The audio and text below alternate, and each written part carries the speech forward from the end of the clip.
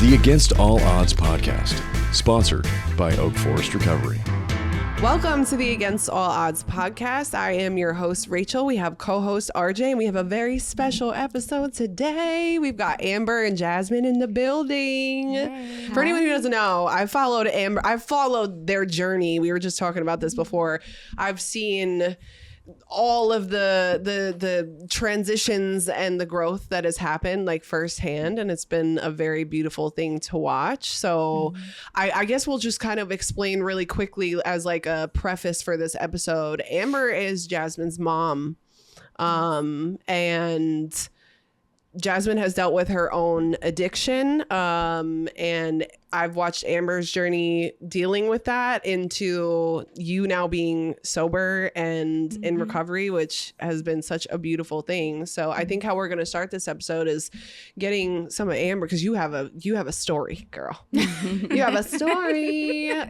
So I think what we're going to do is we're going to start off with you, and we're going to navigate this episode into something beautiful. Okay. Sounds good. Let's go. Yeah. So where do you come from? Let's start with your journey. Okay. So born in Jackson, Michigan, raised in Lansing, Michigan, kind of a wayward child. I was in a lot of situations where addiction very easily could have been my story. My dad was an addict, a very high functioning addict. But an addict nonetheless. And so it definitely runs in the blood. I was in a lot of situations where drugs were, it's funny. People joke about the DARE thing. Like, no one's ever going to offer you drugs.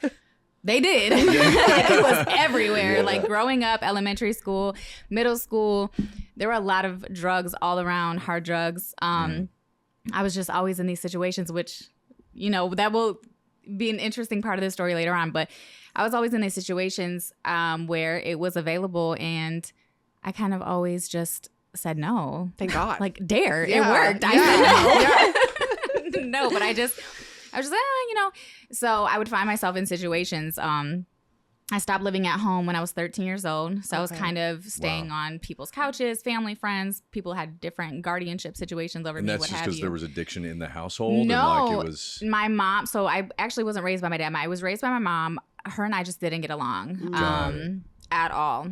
So, and there's like a whole issue behind that, us not getting along, but we didn't get along. So either I was getting kicked out or I was running away. Wow. If I had to come back, I ended up getting kicked out or running away. So I just eventually was not living there. At 13? At 13 years old. Wow. Which is a baby. That's a baby. But I felt grown. Yeah. Oh, yeah. As you do when you're that age. Yeah. I felt grown. I was like, I'm out here, just like living in a crazy situation. So one of the times I was somehow staying with a friend's older brother because they had their own place. It was her two older brothers. They had girlfriends that lived with them, and they were hanging out. They were probably late teens, early 20s. I'm again 13. Yeah. A lot of like the people in between 15, 17, whatever. And one situation, everybody's high off shrooms, and I was the only one who didn't do them. So I was the designated driver at 13. Never drove a car before. I was just gonna say, did you know how to drive? It made sense in all of our minds that You're just like, I wasn't high. So I did. And then I got back, and I remember one of the girls, she has such a bad trip, and I was just like, I'll stay up with you. But I remember thinking, like, why the hell would anyone willingly do this? Yeah. So I was like, yeah, no, I'm good. This doesn't look fun. I'm good on this. More, situations that I found myself in. One of my good friends and play cousins, we were offered cocaine for the first time. She was a little bit older than me. She was 15. I was 13. She said yes. And I was like, I'll just kind of see how you do with it. And then I'll try. Knowing she was not about it. Yeah, I was just like, because she was really wanting to try. I was like, let me see how it affects you. And then she did. And then, I don't remember. I made an excuse or something. I didn't end up doing it.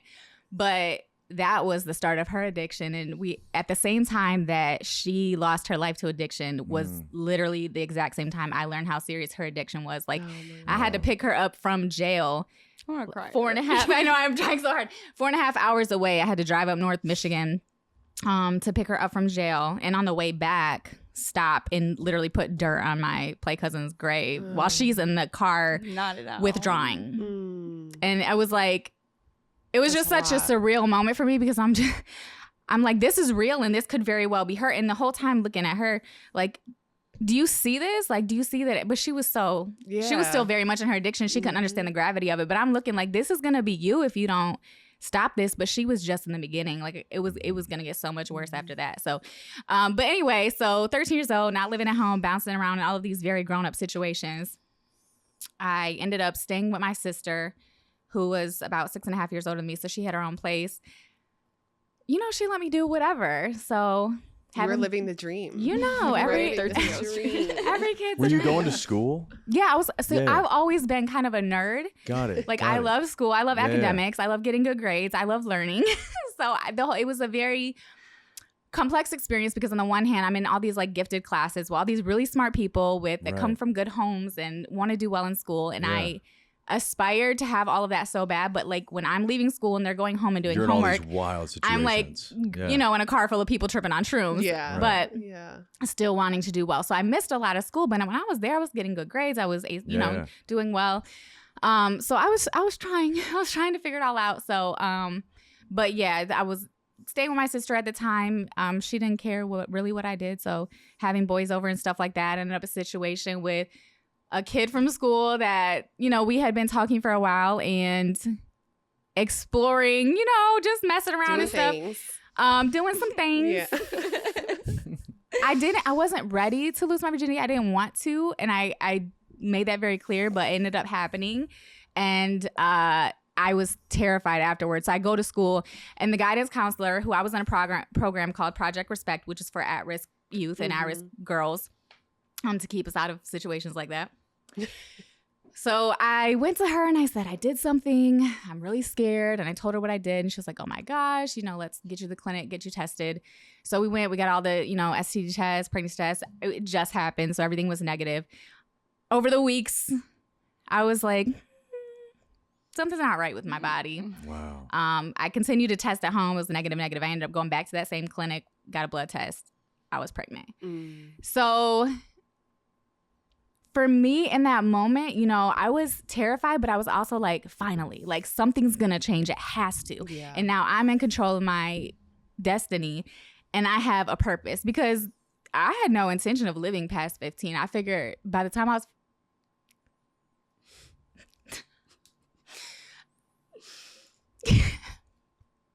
I figured by the time I was 15, I just, for one reason or another, wasn't going to be here. So I was like, oh, now I have a reason to live. So at that moment, I was like, I'm done with everything. Because even though I never did like hard drugs, I smoked weed, I drank, I smoked cigarettes. But I was like, I'm done. I'm done with all the stuff. I'm trying to stop everything cold turkey. So everything kind of came to a head, though, during that time. I had gotten a lot of fights at school. The truancy, because I was missing a lot of school. I had gotten minor in possession for having cigarettes and stuff. And all of the legal troubles caught up at once. And I found myself in court right after finding out I was pregnant with her. And they were just like, you're either going to go to like a juvenile detention center. We can put you on a probation with a probation officer. It's going to go on your record. Or we have this program where it's a diversion program where they partnered me with a student from MSU who was part of this program. And I had to spend like a certain amount of time with her. But it's really a mentorship program. Yeah. Right. And that changed my life because her name was Sasha, my mentor. She was an MSU student, and she took me to campus with her. She showed me what college life was like. She, for the first time, made me feel like college was a real possibility for me, despite all of the things. Right. And how old were you at this time? I was 14. 14. So I was 14, and I was in this program, and I was just like, she just showed me a different way of life and a different way of thinking, and something that was possible for me. So I was even more determined at that point to change my life. But I was still, when I spent time with her, like, okay, all these possibilities. But then I had to go back. And at this time, I went back home. So I'm back at my mom's. And we're still not getting along. Now I have a relationship with this boy that became very toxic. And he put his hands on me the first time when I was, I think, 7 or 8 months pregnant with my daughter.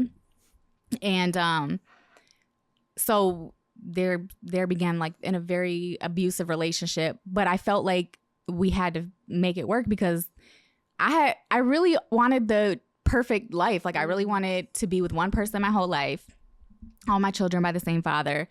So I was like, well, we're just gonna have to figure it out because I'm not sleeping with nobody else. I'm not having no babies with different daddies, and we're just gonna have to figure it out. So, listen, nobody wakes up one day and thinks, you know what'll be fun? Going to rehab. But sometimes life gets messy, and the bravest thing that you can do is admit that you need a reset. At Oak Forest Recovery, we're not here to judge. We've been there. We know what it's like. We've been scared. We've been alone, using comedy and jokes to cover it all up. The good news is you don't have to do it alone.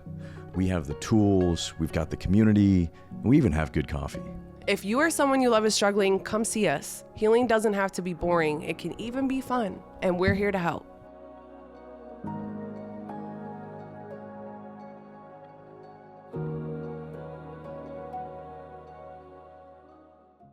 so then I ended up having her, and I think shortly after, within like a couple of weeks, I went to live with her dad and his family. And his family was amazing, and they helped me so much. And yeah, so I don't even know where to go from there. I'm just like, jump in at any time. So you're 14 Yes. and you have a baby. What is that like at that age? Because you're doing this diversion program, but you're also still going to high school and stuff, right? Yeah, so I got pregnant in 8th grade. Okay. So I was going to school. And when I actually took the pregnancy test at the clinic, my child's father was with me, but also one of my good friends from school. So of course, rumors sped like Right. crazy. As and it does at that age. everyone knew I was pregnant before I even walked out the clinic, it seemed like. And of course, there's a lot of girls like, oh, she's lying. I'm like, why the hell would anyone lie about being pregnant in 8th grade? Mm-hmm. So here I am walking with like my little proof of pregnancy from the clinic. Like, Mind you, I'm like walking around like, it's true. Get out my face. It was annoying because I'm like, I'm not proud of this, but I also am not a liar. Right. Yeah. So, everybody, oh my gosh, that's my little niecey poo. I'm going to babysit. I'm going to help you. Da, da, da. And I'm like, okay. So it brought a lot of attention.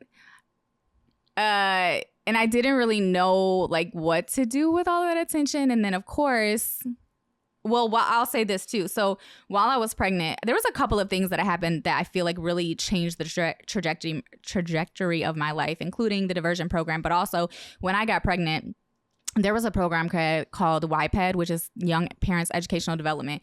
And it was for young parents, but really young mothers who were pregnant, where we would spend the first half of the school day at this program learning like parenting skills, how to cook, all of these different things. And then we would go back to our regular school. So I was enrolled in that in 8th grade, spent my morning there. They had like the funding allowed for a taxi cab to come pick you up. So That's transportation amazing. wasn't an issue. It was an amazing program. One of the teachers there, her name was Miss Trudy, became like my mother figure. Like she was when I wanted to aspire to be the type of mother that she was. She had 2 sons, and she would talk about their life at home and all these things. I was just like, oh, that's the kind of mom I want to be. Like I would just look at her and all like, that's it. I'm going to be like you. I'm going to do all the things. Like even something simple. Like I remember one time she was talking about her older son. He was, I don't know, probably like maybe early college age. And she was like, yeah, he had to come and drop some laundry off and da-da-da. And I was like, he has a key to your house? Mind you, I didn't have a key to my mom's house. I was like, your grown child has a key to your house and he can drop off laundry? I was just like, this is amazing. So I was like, I want to be like that. My kids can walk in and drop their laundry off. So being part of that program was huge for me. Miss Trudy kind of took me in under her wing. She saw the human in me outside of my troubles, where everybody else, I feel like, looked at me like I was a disappointment. I was a problem child. I was angry. I was this, I was that. And she saw me. I love writing. And so any opportunity that came for me to write, she would give it to me. We had an opportunity to share our experience in the YPay program with the local newspaper. She had me write the article. I did. It was published. It was a huge deal for me because, just that she believed in me enough to allow me to write that piece for the school. So that was helpful. And it also, being in that class, I got to see a lot of other people in the same experience, going through the same experience, but also some of those girls were addicted to alcohol and drugs. Some of their babies were born addicted to alcohol and drugs. So it allowed me to see that aspect of it too. I mean, some of the girls, while we were in the program, like they were still out partying every night while they were pregnant and then coming to school, which was again, for me, I'm seeing everything I'm part of it, but I'm also looking from the outside. So I enter freshman year at this point, big as a house. Very popular for all the wrong reasons. Everybody knew who I was. Yeah. And so I entered freshman year. I'm big as a house. I was the pregnant girl. It was embarrassing, annoying. Like I wanted to be known for my academics or for anything else, but that was what I was known for. Still part of the YPED program, which again was so helpful for me. And yeah, and then I had her, and then you see who really shows up. All those promises about that's my niece, I'm gonna be there. Yeah. And then they just fall off one by one. Of course, because they were having the whole teenage experience. Yeah. You know what I mean? And Babies.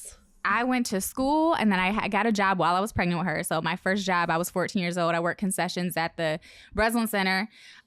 So like basketball games and all the college basketball games and stuff like that, I was working concessions. And so I was going to school, and then I was working, and then I was taking care of her, and I was not trying to drink or smoke or party or do any of the things. So I was just and not to mention after I had her, I had the baby blues real bad, and I was like, what the hell is my life? What am I doing? Like, all my friends are out having this whole high school experience, and I'm here with this baby, and I'm in this relationship, like a full grown relationship, but it's toxic and it's unhealthy, but it's all that I know love to be. So I know that it's wrong, but I also don't know what right looks like. Right. So I'm just accepting it. And yeah, so it wasn't easy, but it was just like, it was all I knew. Like people, I'm like, how was it hard? I'm like, I don't know anything else. You're just surviving.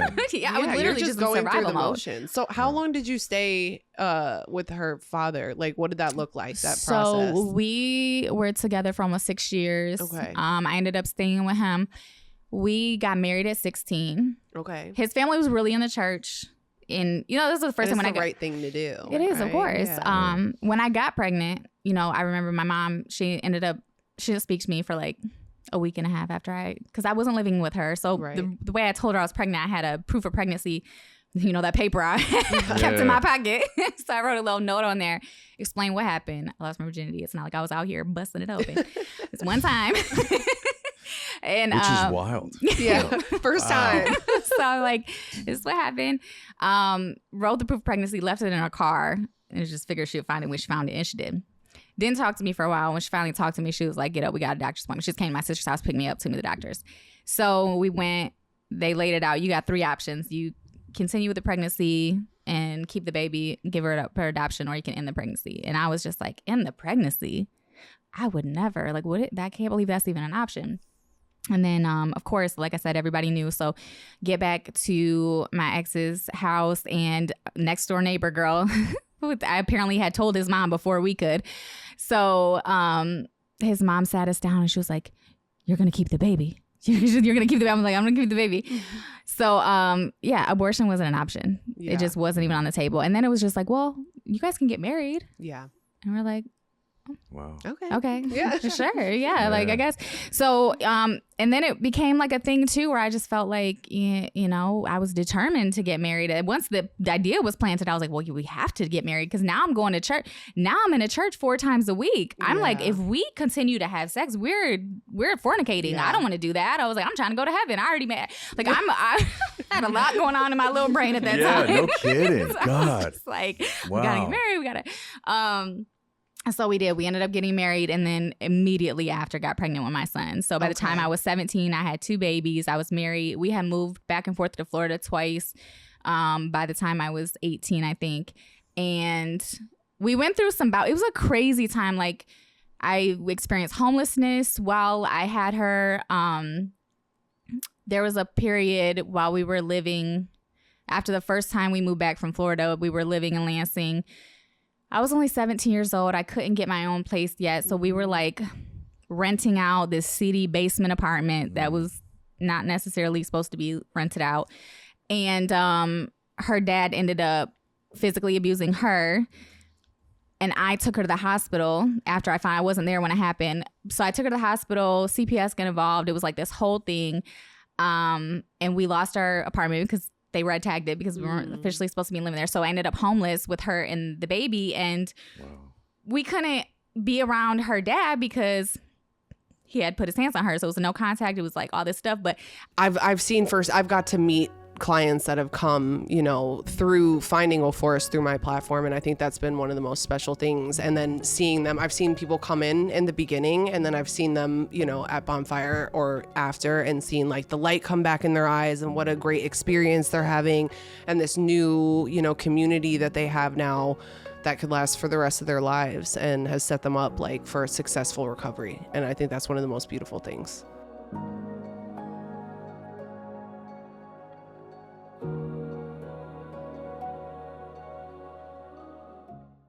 I didn't have anything. Like, Right. I didn't have a vehicle. I hardly had any money. So the Red Cross ended up putting us up in this place called the Deluxe Inn, which is torn down now, thank goodness. It was a very seedy hotel with a lot of prostitution and pimps and drugs, and like you could not go outside at dark. So it was just me and these babies holed up in that hotel room for like 9 days.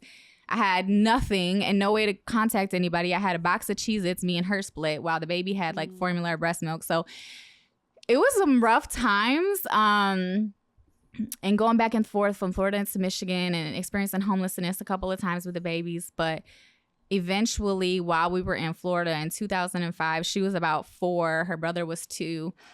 I was sitting in my car, kind of flipping through my diary. And I used to keep a very detailed diary, like dates, times, Receipts. That's like actually how I found out she had me at 14, because she had it all written out and I snuck it. I'm like reading it. I was like, what? Wow. The tea. I used to write Everything. everything down. So I'm sitting here flipping through this diary that I had, and it was like detailing the abuse I was experiencing. And then the next, you flip the page and it's like, oh, he apologized and his aunt prayed over us and I think things are going to get better. And the next day it was like, oh, he grabbed me by my hair and pulled me up the stairs. And then the next day it was, oh, he cried and he told me he's never going to do it again. And then the next page, it was just like, but I mean, over The and cycle. over and Yeah, over. you're watching that cycle like in front of your face on paper, point blank. I was like, it's never going to stop. And I was Yeah. like, one of us is going to die, because I really felt like he was either going to kill me or I was going to end up like getting so fed up that I was going to kill him. I was just like, I can't do this anymore. It's never going to get better. So it was literally like, for everything, I could have given you a million reasons of why I stayed, even after he put his hands on her. And I feel like a piece of shit for that to this day. But I would have given you at the time, and I did. I gave people millions of reasons, and they all were sound in my mind at the time. Why I stayed. But that in that moment, it was like everything just cleared out. The light bulb went off, and I was done. I flipped the page, and I was done. I was like, I'm leaving.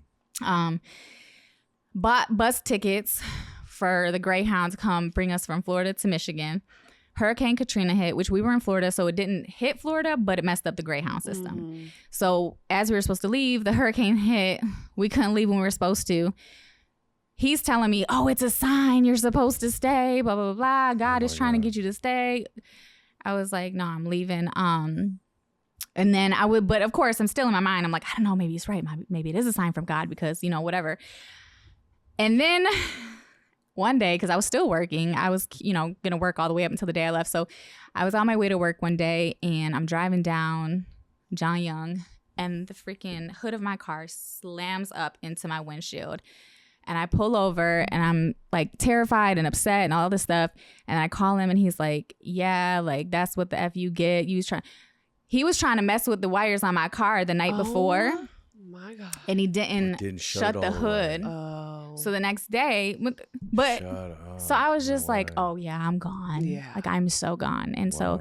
that was it. So I packed up, and there was a couple other things that happened, but basically packed up, the stuff, the boxes, whatever, hopped on the Greyhound, and we took, it was like a 36-hour trip from Orlando to With 2 babies. Yes, with 2 babies, and I didn't have I maxed out my credit, I think I had like $100 credit card at the time. Oh my gosh.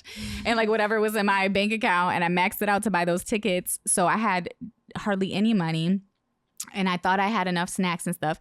So on the trip back, like I remember just being so overwhelmed with everything with the babies. She was so hungry, and she was just crying. She's like, I'm hungry, I'm thirsty, I'm hungry, I'm thirsty. And I felt so bad. And there was this, Yeah, I actually remember that.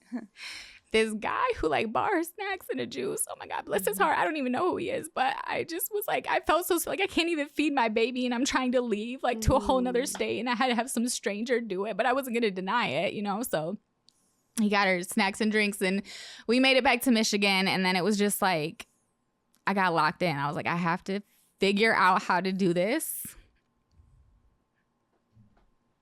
Try not to cry. You can cry. It's okay. Yeah. It's okay. Yeah, so I was like, I just got to figure it out. So I got back to Michigan. I stayed with my mom initially. But like the next day I was like, okay, who's going to hire me like now? Strip club. Go to the strip club. It was like a mile up the street. I was like, I can walk there. Couldn't strip though. Ain't no way in hell. Ain't no way in hell. I was like, can I be a waitress? I was like, come in tomorrow, 4:00. I was like, yes. So I worked there for about a month and literally was like, I don't remember what time I had to get there, probably like 6:00, and then worked. I didn't get done until like 4 a.m.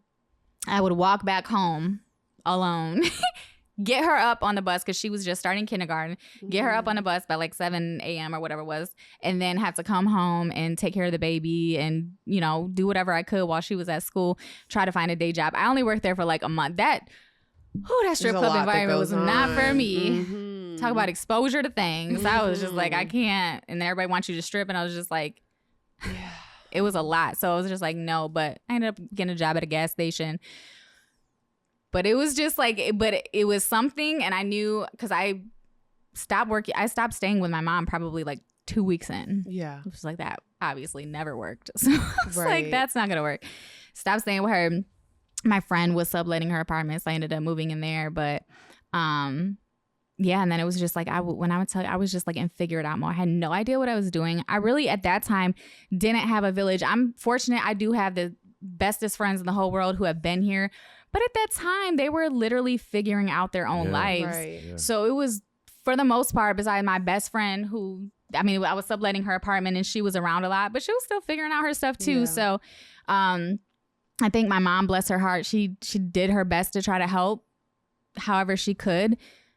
I think I got in my own way a lot and I was just trying to figure it out. So yeah, so that was that. And that was really like the start of me kind of gaining my independence, like figuring it out. Okay, I'm here. Did a little strip club thing for a month or whatever, and then got the gas station job, and then I got a better job, and then I was like, okay, now I have an apartment, I have a better job, get a car. Okay, now car didn't line was like $800 car, lasted for a random couple of weeks, and then it was like broke down. Let me get another car. So it was this constant like ladder of better job, better car, better job, better place, better car, better job, and just kept working my way up. Yeah. Wow. So after I had her and her brother, I started college. I graduated in a year early. So I literally like had both babies with me when I graduated high school and then started college immediately because I was like, I'm going to be a lawyer. I'm going to like change my life and all this stuff. I was in college for 3 semesters. I dropped out my 3rd semester because the week of finals, I caught her dad cheating on me, literally caught him. And we got into this big fight as I'm supposed to be taking my final. And instead I'm fighting him in the front yard of his best friend's mom's house. So I'm like, and as luck would have it, she happened to be with one of my really good friends at the time, took her to like, and she took you, I don't know, to like the mall or church or something.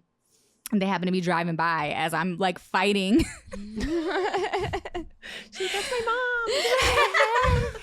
So yeah, but because I missed finals and I was on like I had the Pell Grant and all that, I messed up my financial aid and had to drop out of college. And so that was the end of it for me. And I was out of school for 6 years before I finally re-enrolled in college. But again, I was just during that 6 years in like a survival, figured out mode, like one thing after another. And all the while, like trying so hard to make all of the best decisions and shield my children from everything as much as possible, which I think now I realize I probably didn't shield y'all from as much as I thought I did, but I tried. And also I feel like in attempting to shield them so much, she knew these things existed, but she had to see for herself. Yeah. I learned the hard way. Yeah, you can usually go one or two ways. Because you're like, I okay, watched- I'm not gonna do that, or you're like, kind of I gotta see for myself.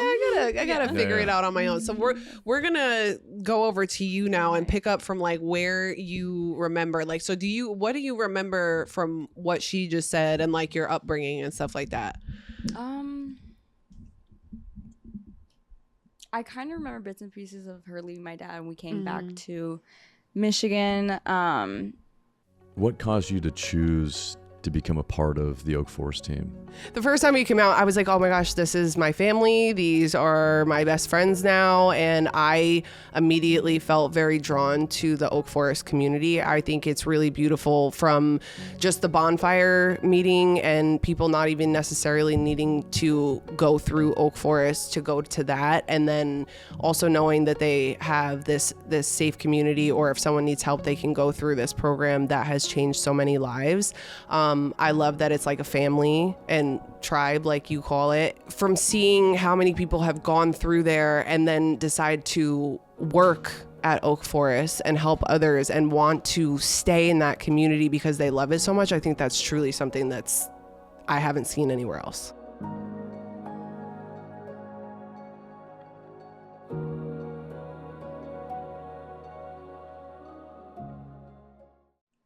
But I did get to like basically watch her grow up. So like I seen her go and like basically level up and level up and level up. And yeah. Okay, so now let's get into your story and let's pick up like where did it all go wrong? I was like, okay, not like that. Where did you start your journey of curiosity and like getting into the things that you were into? Okay. So when I was 14, it really was when like I think the rebellious stage started, and me and my mom were fighting a lot, probably at like 13 really. And so it got so bad to a point where it was just like, either you let me leave to go live with my grandparents, or I'm basically gonna make your life hell. Like it was just to that point. Like I think I really said that too. Yeah. And so she ended up sending me off to Florida, and I finished high school there. And actually things over there were really good. Like I went to church. I was involved in the church. I was in AP classes, and I graduated a year early. So when I was 16 years old. Yeah. And I was in a long distance relationship with my first daughter's dad, and he was in Michigan. So as soon as I graduated, like that same weekend, I flew back and tried to like rush into that with him. And I think it was like not even, I don't know, 6 months-ish later that I ended up getting pregnant. How old are you? You're like 16? Yeah, 16? I was 16 when I got pregnant. Yeah. And I just kind of rushed. Like I figured like that's what you do right after high school. Like you start a family, and this is what's next. So really it was, I think 6 months after I had her that postpartum hit really bad, but I didn't know what that was. I didn't even know that existed. I didn't know. So I just felt crazy. Like I had all these feelings, and like, I don't know. I needed to run. I felt like I just needed to run, or I don't know. And I think that's just when that started, and like that fired in me the wanting to experience new things and crazy things and chaos, and just kind of test my limits, I think. Yeah. And so that's when that started. Yeah, you're probably looking for an escape at that point too. I know that's how I was, especially. Yeah. And it was hard because it didn't make sense to me why I was feeling that way.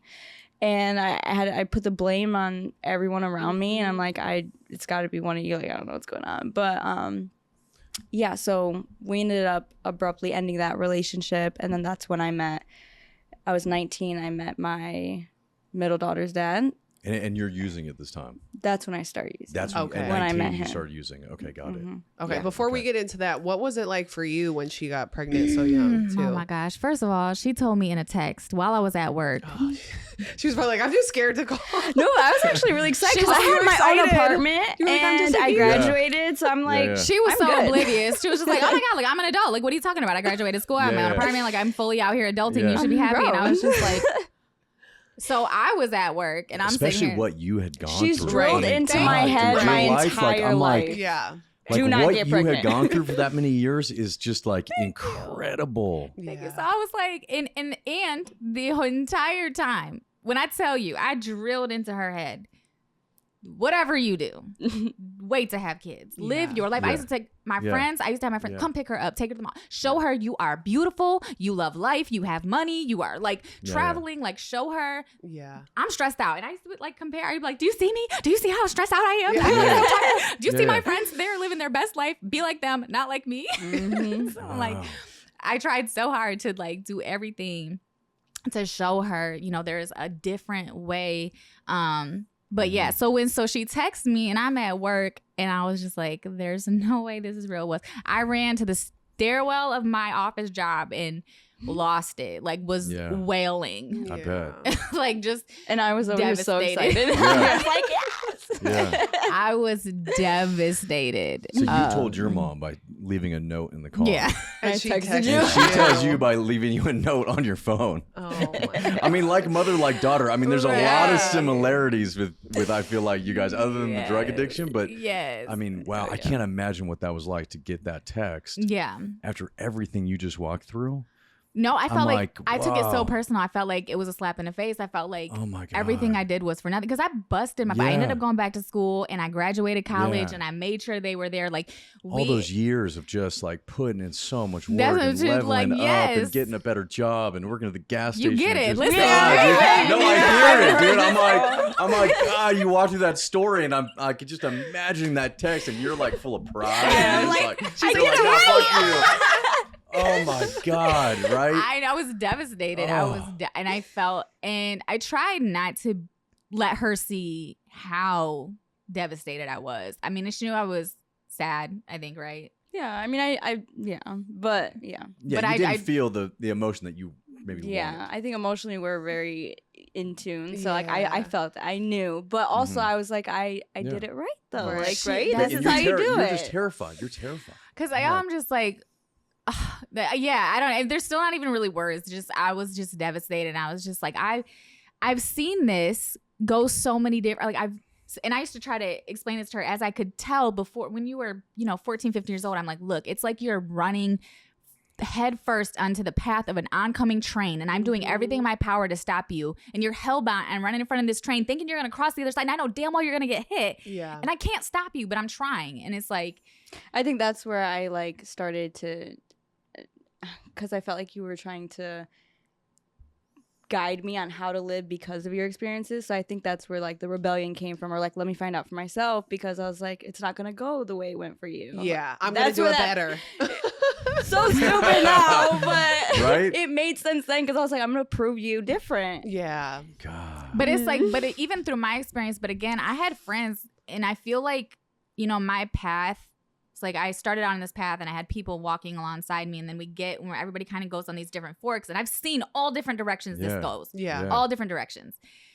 I think in a way, I am an anomaly. Like I realize No, that, for like, sure. I mean, and- I feel like it's so rare that you hear about somebody that young, and you ended up in all these like government assisted programs where a lot of people, like I'm sure you watched, did not take the path that Right. you took. yeah. Mhm. And you see all these experiences, and you're like, God, like 99% of them lead to a very bad place. Yes, and I Mhm. saw it in so many different ways, and people I was close to, people I wasn't. So I'm like, the odds of you coming out like in a positive way, and even if not to say, but it's just like, I don't even want you to have to go through some shit you got to come out of. Yeah. Yeah. You don't have Yeah. to skip Right. that. Yeah. Yeah. Like just skip it. Just Yeah. it's exhausting. Mhm.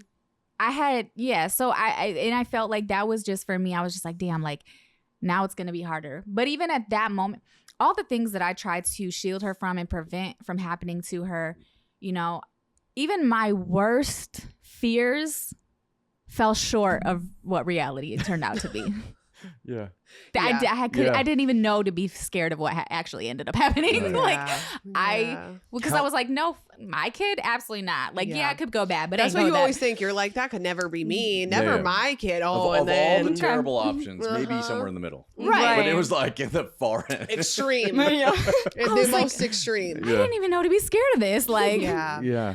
so I really thought How old were you when she had her I was 32. Okay. So I became a grandmother. And that's what you went viral for originally, right? Yes. Talking. You're 30 welcome. grandmother. Yeah. Yeah, no, I was, and it was, I still, and now I got, the middle grandbaby, she, oh my God, we'd be out in public, grandma, I'm like, shh. Because they're like, did she just say grandma? Are you her grandma? I'm like, oh my God. It is mortifying every single day of my life. I'm like, why around? Like, please. In your experience with treatment, how special is Oak Forest? Oak Forest is very special. I've had my fair share of treatment experiences. I've even worked in treatment myself. And Oak Forest is like something I've never really experienced before. And I think that it's almost something that like cannot be replicated anywhere else, at least from what I've seen, right? And so it's just like this community and the love and the support that goes from the beginning of the process, and not even just with the clients, with the families, with everything else. Like everything that I have seen goes above and beyond. And like beyond, even as like all of these people are being employed long after they have completed treatment, right? And I think that right there says everything.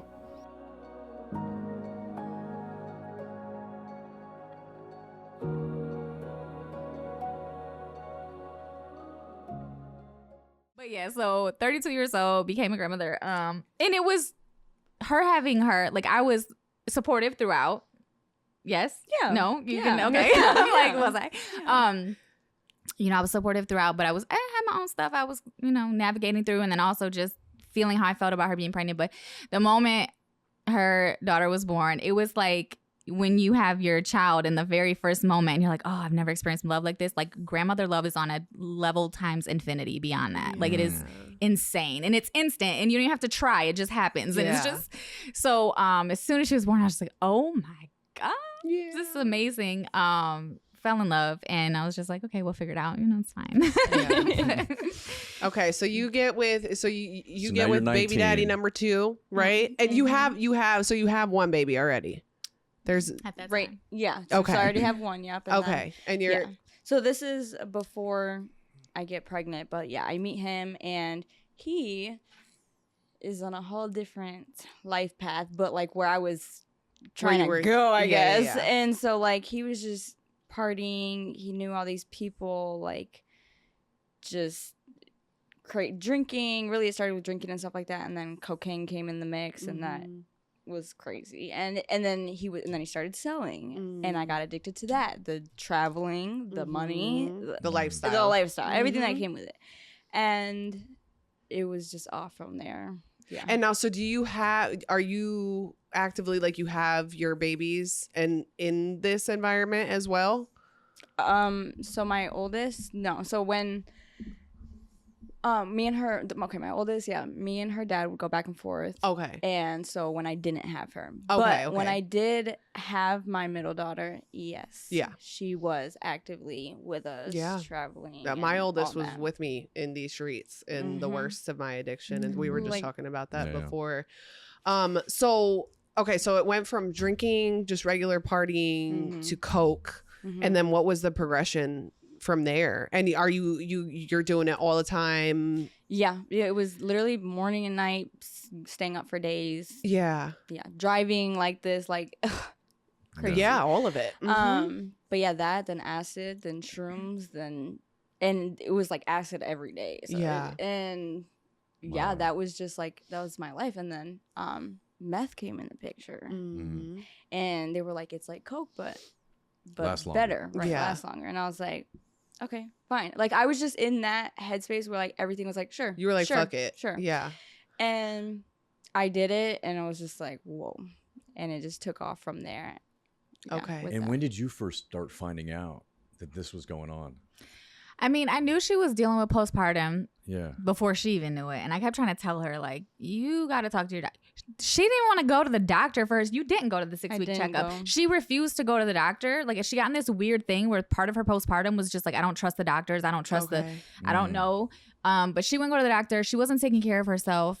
Like, she almost died. She ended up getting after she delivered, she ended up getting an infection that turned into sepsis. And I had to force her to go to the hospital because I'm like, Yeah, I'm like literally laying doing there too with hot. a fever and like could not move, couldn't look around, nothing. And she's like, you need to go to the hospital. I was like, I'm fine. Like it'll go away. Yeah. Wow. They told me if I did not come in, I was gonna die. You were gonna Right. Yeah. So mind you, these are when I start to notice, like, who are you? What do you? The decisions you're making don't make any sense.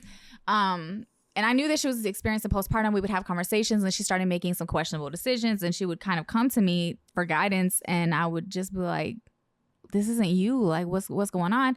She'd say, "Like, I don't know. I feel like trapped in my house, in my body, in my life. Like, I don't know. I just feel stuck. I don't know how to get out of it." So she's explaining all this to me, and I'm just like, you just had a baby. Like, you'll figure it out. Like, we all figure it out. Yeah. But then I would say right around her daughter's first birthday is when I really started to notice, and this was when baby daddy 2 was already in the picture, but before the second baby. And I think it was like at the first birthday party, it was just like, I don't know. Something's off. Yeah. And again, I kind of was like, but again, I'm also like, she's 19, she just had a baby. So I'm trying to rationalize all these differences and these changes with like, she's just figuring it out. She's going through her thing, whatever, she's young. But that was when I was really like, something. And then it was after that, so over the course of the next few months, where it was just like, me and her, we had our issues, but we were, oh my gosh, like we were fighting. We were fighting like 4th of July. I remember one year. Do you remember the 4th of July? Yeah. We was outside in the parking lot fighting after the fireworks. Like my girl had to come and save her because I was about to kill her. Yeah. I was really, and I don't even, she was just crazy. Like nothing, but she just, it's like, And were you using it at the time? Yeah. but I didn't know that. But Yeah, I was I'm just trying looking to, at her like, Right. you have lost So you're your just mind. on wrong? one. Yeah. You're just on one. And we know, listen, that shit does make you crazy. Right, so okay? you're trying to Insane. argue with somebody about some shit that didn't even make any Right. sense. That's one Yeah, thing. it's- Like you I was can't- very argumentative and very defensive. Like that was huge, and so I could really blow anything up. Right. And I felt And how I felt, paranoid. and that's it. Yeah. So, Super paranoid. Sick. Yeah. You were in your shit. Yeah. And then you're trying to rationalize with someone who is not rational at all. Yeah, so And I'm so for ready you to it's throw crazy hands. and for you it's crazy. So there was probably just did you confront her at any point? Like, are you getting hot? Did you suspect drug use? Or when I tell you, I'm so you just thought she was fucking naive. crazy. Yeah, 'cause You you were never like, did it. she's It on was some not other a part of shit. your story. Right. So it like was Yeah. to this day, like I can only sympathize so much because I'm like, I don't It get wasn't it. your thing. Yeah. Yeah. I don't like I Right. could try. I don't understand it. So no, I'm thinking she done lost her damn mind. Like, and yeah, trying to rationalize. So Wow, we had yeah. some issue. We were just not. Anytime and I'm like, I love her so Right. much, and I'm like, I want to spend time with her. I want to help her. But I don't even know who she is anymore. I Yeah. genuinely at this point do not like her as a person. Yeah. Yeah. Like I love you, but I don't like you. I don't well, I really think wanna that's be why around it's you. so hard is because this is like your flesh and your blood and someone that you love more than anything. But you're like, hey, also, what the fuck are you on right Yes. now? You know, I think Yeah. it's almost like a grief kind of thing. You're like, I love this person to death, but I don't know who the fuck they are right Yeah. now. Yeah. And in a way, once I realized she was using drugs, it almost kind of became easier because I'm like, oh, thank God it's not Yeah, her. there's something. This is not her. Yeah. She's okay. There's I was like, an "Ooh, I thought-" answer. How Okay. did you find out? So I think the way that I found out for sure, because by the time we had gotten here, I heavily suspected and had heard things, but I was in denial, like Yeah. so strong. There's Mhm. no way my baby's Yeah. she's hell no, not her. It was she called me from jail, Oh, right. and that was okay. when you got the Yeah. or not MIP, you got The possession. Oh, Or- that is when you found out. Yeah, I do remember. yeah. So she called me like Yeah. hysterical. And I was just like, pick you up from jail, 4.5 'Cause I had hours never away. Been in jail. I was freaking out. I was like, I was in the holding cell with this pregnant woman, and she was telling me about how she got caught in a meth lab and all this stuff. Oh, shit. So in my head, I'm thinking like, I am nothing like you guys. Like I don't belong here. Like Yeah. you know, and because that was just the start of it. So Right. I'm thinking like, I'm not that far. Like, yeah. So Was that your first consequence that you had from Mhm. using? Okay. Yeah. And so what was your mindset besides the delusion that you were going through? Besides the delusion, what, like, when you get out, are you thinking like, oh shit, maybe this is a problem, or not at all? Okay. You're like No. me. I was very delusional. Probably because I got off. Yeah. Well, actually, she bailed me out. Okay. Usually they give you like a PR bond your first charge. They didn't. Yeah. So I was like, they're not letting me out. Like, you have to come get me. And she drove all the way. It was like a couple hours away, a few hours away. It's like 4.5. Okay. Yeah. Close to five. She remembers. Close to five. I mean, we're talking about. So if y'all don't know Michigan, here's Michigan. It's a map, and up here in this area ain't nothing to do but drugs. Yeah. Yeah. Pretty much. So unless you sightseeing, outside of that. So she was. Oh, she was sightseeing. So if I'm in Detroit, way down here, I had to drive way up here to come get her. So carry on. Yeah. Continue. Yep. Listen, nobody wakes up one day and thinks, you know what'll be fun? Going to rehab. But sometimes life gets messy, and the bravest thing that you can do is admit that you need a reset. At Oak Forest Recovery, we're not here to judge. We've been there. We know what it's like. We've been scared. We've been alone, using comedy and jokes to cover it all up. The good news is you don't have to do it alone. We have the tools, we've got the community, and we even have good coffee. If you or someone you love is struggling, come see us. Healing doesn't have to be boring. It can even be fun, and we're here to help.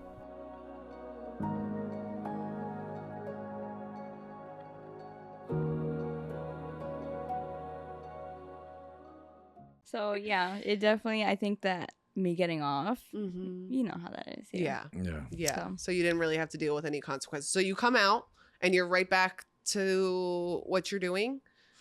You gotta help me. Yeah. Yeah. Yeah. Okay. Yeah. Yeah. Yeah. No, It's a I little think foggy, I yeah. think so. Yes, because I remember we drove back and I'm like, well, I have to make a pit stop for this burial of my friend. Right. Oh, Oh, that that's okay. when that that was that happened. day. Yeah, Yeah. Yeah, so pit stop to do that. Literally, I mean, there's literal pictures of me throwing dirt on her grave, and in the background, nobody sees. In my car, she's withdrawing. She's not even getting out of the car. And just got out of jail. Just got out of jail.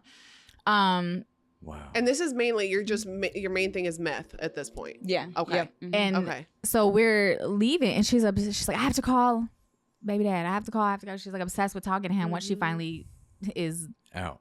done withdrawing or whatever, I don't know. She's Just like sleeping. when she's Yeah. whatever was happening. Once she was able to talk, she was like, I just have to call him. And she was like obsessed with talking to him and connecting with him. And y'all just like reconnected and Yeah, I waited Right for back him on to it, get yeah. out, and when he got out, Oh, so he got arrested, arrested too. too. Okay, Yeah, we he's both got arrested arrested. too. You Yeah. guys are now Bonnie and Clyde, which like that I also. really felt that No, way. that's what it is. Listen, a drug-fueled, trauma-bonded relationship is a that itself right there is an addiction. Okay, I can tell you firsthand. I had many a boyfriend that I was like, no, we're like so tortured and like nobody gets it. that was her 1,000,000%. Yeah, well, it does. It really does. It bonds you. You're Yeah. going through all of this like fucked up stuff with someone, and you guys are just feeding each other sickness and like co-signing, and that right there is really hard to break out of, like that cycle. So, what did that relationship look like? But I'm sure there was some toxicity to that, right? Yeah, for Okay. sure. So we were both like, he had done coke and stuff before, but Mhm. him, or the way that we got into it heavy, like that was both of us at the same time. So we were, Okay. like you said, we were literally fueling each other. Right. Like, yeah, this is fine. This is Yeah. great. And yeah, we had toxic moment. He was very paranoid, so he had us in a lot of situations to where Shit got Right. weird. really weird, Yeah. and he's thinking a lot of crazy things, and I'm just like, we're fine, and so, but yeah. Okay. So then where does stuff start getting really bad? You're just continuing this, and where does it progress to? So this the last time before he went to prison, when we were together, we did a lot of drugs, and it was just this whole situation that was going on. We ended up borrowing somebody's car. That person was crazy. It was just a whole thing, and they end up wanting to drive with us to go get some stuff, and he didn't have it figured out, and it was just a whole thing. Anyways, somehow on the drive all the way from Lansing to up north, she was able to like kind of get into his head about like, you letting people walk all over you and this and that. I don't know. He was just in this like crazy mindset. I don't know. Yeah. So he ends up, we had to get up there, and I was asleep in the back seat, but I just didn't want any part of it. I was in psychosis so bad. So I was just out of it. And I was just like, I don't know what's going on. And he ended up doing a bunch of B&Es and just a bunch of crazy stuff. And anyways, he ends up getting arrested for that, goes to prison. After that, everything changed for me. I was left, like, when I started doing all the substances and just wilding out the way that I was, it was all with, like, his people. I didn't know anyone doing that. So it was just all his people. He figured everything out. He figured out the rides. That was all him. So when he went to prison, that's all I was left with. Right. And I was so depressed that that's when I picked up heroin. Okay. And that's when I got bad. But you had tried it before with him. Yeah, I did try it before with him, but You'd known it, but I didn't you know weren't what it addicted to was yet. though. Yeah, I wasn't addicted to it. I tried it one time, and but I didn't understand what it was or know what it was. It's just like, and then but it wasn't until after he had left to where I was like realized what it did and how it was the real escape. Yeah. Can you walk us through that first time? Like, so he goes to prison, he's gone, now you're depressed. Like, walk us through that first time of you picking that up and being like, this is what I'm gonna do. So I was just with some people. I was with some people, and I had been up for some days and I was tired. So somebody offered it to me, and I was like, okay, that's fine. I ended up binging on it for like probably a week and a half. And then there was no more. So I start feeling sick. I'm thinking I have the flu or a cold or something. So like I wasn't thinking twice about it. And then somebody was like, you sick? You need some? And I was like, sick of what? And they're like, are you dope sick? And I was like, I don't know. And they're like, here, take this. It'll make you feel better. Instant. Yeah. Felt better. And that's when I realized like, oh, I need I'm this. trapped. Yeah, I can't not have this. Yeah. And it was over. Okay. And where are the kids at this point? My oldest is with her dad. My middle one is in foster care. Got it. Yep. And then you got custody at some, and this is for your the middle one. Yeah. Okay. Yeah. So while she was pregnant, you were using. Right? Okay. That was when she got introduced to heroin. If I'm wrong, correct me. Okay. When you were pregnant. When she was pregnant, she was doing meth the whole time, right? Okay. So I was aware of this, but also, and I don't want to share too much, so let me know. No, go off. Okay. We can also, if there's anything that you guys share that you want us to take out, we can do that too. Go ahead. There was no intentions for her to keep that baby, right? No. Yeah. So initially it was going to end the pregnancy, and then it was, we're going to adopt out or whatever. Yeah. So mind you, I'm like, I have to disassociate. So I was like, that's a lot. I was like, I ain't got nothing to do with that baby. Because people like, everybody asking me, Amber, what are you going to do if you have to take? I ain't taking that baby. That's not my baby. I'm not taking nobody's baby. Yeah. That's not my baby. I was just like, nope. And it's because, my friends, they laugh, but now they're like, oh, you remember when you saw you taking that baby? Like, But I was just like, no, I'm like, I'm not, that's her responsibility. She has to figure it out. So I didn't have like the same kind of attachment, because I was like, what is there to support? She's not, you know what I mean? It was very different, but I had to allow myself to get to that disassociative, like compartmentalized place. So towards her end of her pregnancy, she ended up leaving to Florida with her oldest daughter, staying down with her and stopped using and everything for like a few months, right? Oh, so you got you did get sober for a little bit. I tried so many times, but that time, because I was like, I'm gonna stop. Like, I'm gonna get, because they told me at the hospital, I guess they were drug testing me, and that's how they seen it. And they were like, you got CPS involved. Like, this is what's gonna happen. So I, at some point it did click for me for a second, but it didn't last long. Yeah. But it clicked for a second. It was just like, okay, we need to. I gotta fix this. Yeah. Yeah. Did you go to treatment or any? Did you go to detox or treatment? No, you just kind of detoxed on your own. Yeah. So I just went to Florida and with my grandparents and back to how I was in high school. Everything was great in church and family oriented environment, and then I came back for him. Yeah. Because he got out.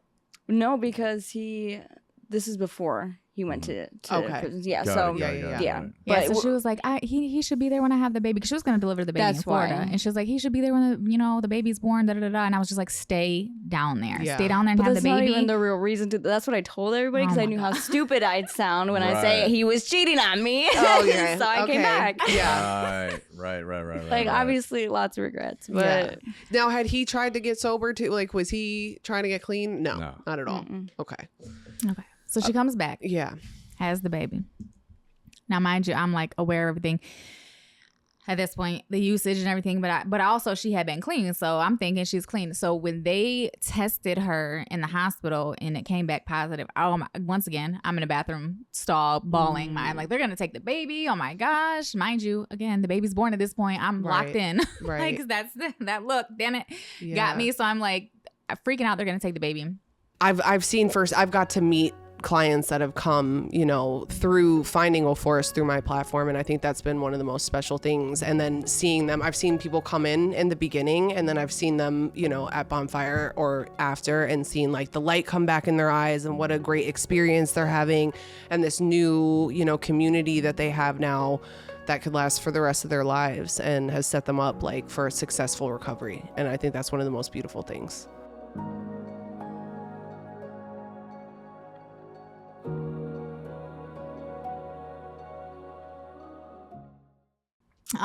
They didn't. They let her go home with the baby. yeah, she kept saying that the whole time, and I was like, you know what, you're gonna let me enjoy this. Like I'm gonna figure this out, because deep down, I always knew like this is not the path I'm supposed to be on. I knew that like I just always pray about it and be like, I don't know what this is, but I know you're gonna show me something on the end of it. So just let's do this. So I didn't know what was to come next, and obviously it got really bad for a long time, but just something in me was just like, this is not how it ends. So like she kept saying like they're gonna take the baby, and I was like, no, they're not. They tested that there was drugs in her system. They let us go home. Wow. Yeah, they let her go home. So I was like, okay. I was like, you got blessed. This is your, God gave you an out. You better take this, run with it. I was like, y'all can come stay. Well, I told her and the baby come stay with me. She's like, I'm not coming without him. Yeah. So I was like, whatever. So they all came and stayed with me for a little bit, and I helped her. I got a car and like helped her get on her feet. I was like, okay, everybody get your shit together. Y'all got another baby. Yeah. So then I'm starting to, it was such a crazy short period of time, but it was just like obvious that something was going on. They got that car. They started making runs up north, making stupid choices. The worst. Leaving in the middle of the night. Disappearing, like all these things. And I was so, in addition And to leaving the baby with your mom. the baby. Oh, no, with the baby. Because, Okay. she's very, I Yeah. got this, I'm going to do it. So, she was taking the baby. I would have rather her left the baby. But at this time, she hated me. She felt like I wanted her life. She felt like I wanted her to take her kids from her. Like she hated me. Yeah. And she, yeah. So it was a hard time, but, they was just making a lot of crazy decisions. So during that time, when things got real for me, there was one night I had got home kind of like in the evening. It was about 10, 11 o'clock at night. And I pull up to the house, and they're in the car in front of the house. Or I'm trying to think. Yeah, no. Yeah, because they're in the car in front of the house. No. It was just a blue when I first pulled up. They was just in the car in front of the house. I'm like, what are y'all doing? Like, y'all need to go inside. It's late. The baby, blah, blah, blah. So they're like, okay. They act like they're getting in the house. I'm like, cool. I go inside upstairs to my room. I fall asleep. I wake up a few hours later, and the baby is screaming. Like she's maybe 2 weeks old at this point, screaming like I've never heard a baby scream. And I'm like, what the hell is going on? So I go downstairs. The baby's in a playpen in the living room with a diaper on. It's February. My front door is wide open. It's freezing. I can't find them. I'm looking outside. The car is still sitting there. The lights are on. The door's open. Her purse is hanging halfway out of the car. There's stuff strewn about everywhere. I'm grabbing the baby, wrapping her up in a blanket, looking all over like, where the hell are they? I go downstairs to the basement. They're like rock star style. I don't know, this is like a lot. I know, I'm sorry. This is graphic. But she's naked on top of him. There's white powder all over the table. There's shit. I was just like, you're like, what the fuck am I walking into? Period. But in my house too. And I'm just like, oh, right up under me. And I'm just like, what? I'm screaming, get up. What are you doing? Da, da, da. freaking out. I called the police and I'm like, I don't know what to do. They got to go. They're not taking this baby. They're visibly high. Yeah. They are visibly high. Mind you, I'm still at this point very naive and I don't understand the drug situation. I was confused because there's white powder on my table, but white powder is Coke. Coke makes you up. They were knocked out. What the fuck's happening? I was just like, this doesn't make sense to me. Yeah. But I don't care. I know they're high on something. So I was just like, I know they're high. Help me. And the police are like, there's nothing we can do. That's their baby. If you want them to leave, we can't make them leave the baby with you. I'm bawling my eyes out. The baby is hungry. She refuses to bottle feed, so she's breastfeeding only. Oh, shit. I'm like, you want me But to... it might have. I really didn't know it was passing through. But I get obviously, it. looking back, but I really, really did not know. Yeah. But that's when CPS got involved when I went in. But it's not even... No, because it happened after that. So the police are sitting here like, the baby's hungry, let her feed the baby. And I'm like, are you crazy? I'm like, I'm not gonna give her the baby. I would rather go get Wow. I've never felt so frustrated and hopeless and helpless in my life. Like, I know what's happening to an extent, minus the misunderstanding of the drug situation. But I'm like, I know they're high. I know this. She cannot eat from her. Why? And the police were just like, there's nothing we can do. I don't know what to tell you. Da, da, da. And I was just like, I was devastated. I felt so helpless. Like, I was just like, I felt worthless. Like, what? I can't even help this baby. I don't know what to do. So the police, they were just like, I guess y'all gotta go, whatever. They wanted to take the baby. So they took the baby. They sat outside in front of the house for a while. I think I went and laid back down after some hours or whatever. Mind you, it's like dawn at this point.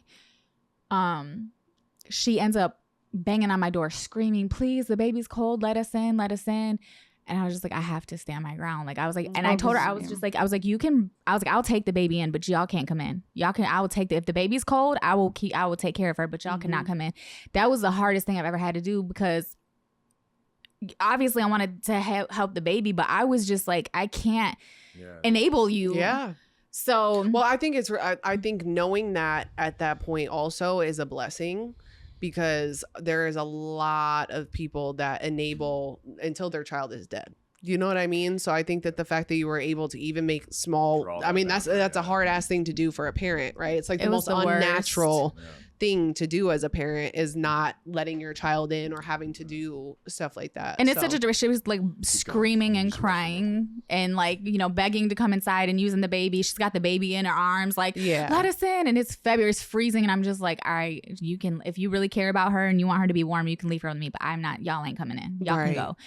And she didn't. She took the baby with her and she wouldn't talk to me anymore after that until I ended up, who told me? Her oldest daughter's dad ended up telling me that the baby, he was like, I don't know what happened with the baby. I guess the baby went to the hospital or something. But I guess you can tell that part of the story. But CPS ended up getting contacted, and the oldest daughter, and they just like had to contact him because the oldest daughter was with him. And that's how CPS got involved, or that's when. So it was after she had left my house.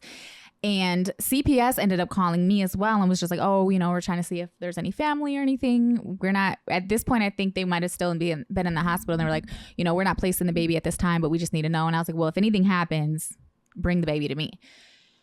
And then I guess you can kind of say like how that happened. Yeah, let's go through that situation from your...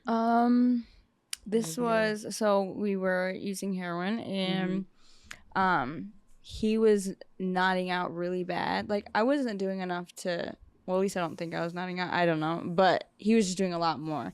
So, like, I start feeding her, and he's nodding out real bad to the point where, like, when he comes back, he's talking about something so random. Mm-hmm. So, and we were in the middle of an argument, and he kept nodding out. So, like, I was just like, whatever. I'm feeding her.